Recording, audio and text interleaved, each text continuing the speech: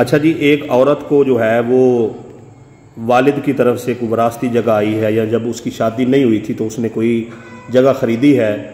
اور آپ جو ہے اب اس کی شادی ہو چکی ہے اور اس نے اپنا شناختی کارڈ شوہر کے نام پہ بنا لیا ہے،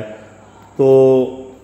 اب جو ہے وہ آپ اس جگہ کو خرید رہے ہیں، تو آپ اسے ایک بیان حلفی جو ہے وہ لے لیں گے۔ مطلب وہ آپ کو بیان حلفی یہ دے گی کہ میں جو ہے فلاں موضع میں، فلاں کھیوٹ میں، فلاں خطونی میں اتنے رقبے کی مالک ہوں، یہ میری ملکیت ہے اور میں وہاں پر قابض بھی ہوں، اور میرا نام جو ہے وہ پٹوار خانے میں یہ میرا نام ولدیت کے ساتھ درج ہے، اور اب جو میرا نام ہے، میرا نام یہ ہے، چونکہ میں زوجہ ہوں فلاں کی، یعنی کہ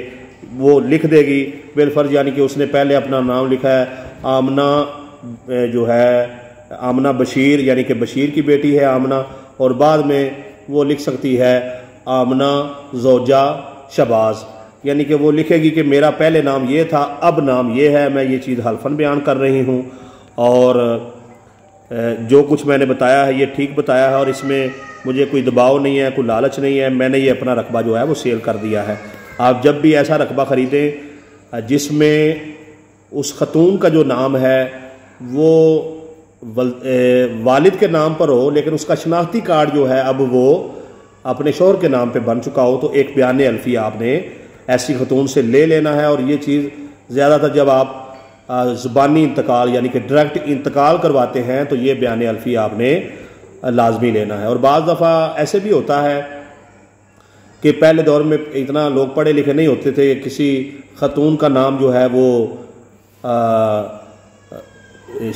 مثال کے طور پہ اس کا نام رضیہ ہو، لیکن وہ ان کو لاڈ سے جو ہے وہ ان کا نام جو ہے وہ بچے جو اس کے والدین ہیں یا بھائی ہیں اس کو گڈو بلاتے ہوں، مثال دے رہا ہوں، یا اس کا نام جو ہے وہ کوئی شہزادی کہتے ہوں، کوئی بھی اس کا نام انہوں نے رکھا ہو، تو اب ریکارڈ میں اس کا نام جو ہے مینول ریکارڈ میں پٹواری کے پاس شہزادی لکھا ہے، لیکن اس کا جو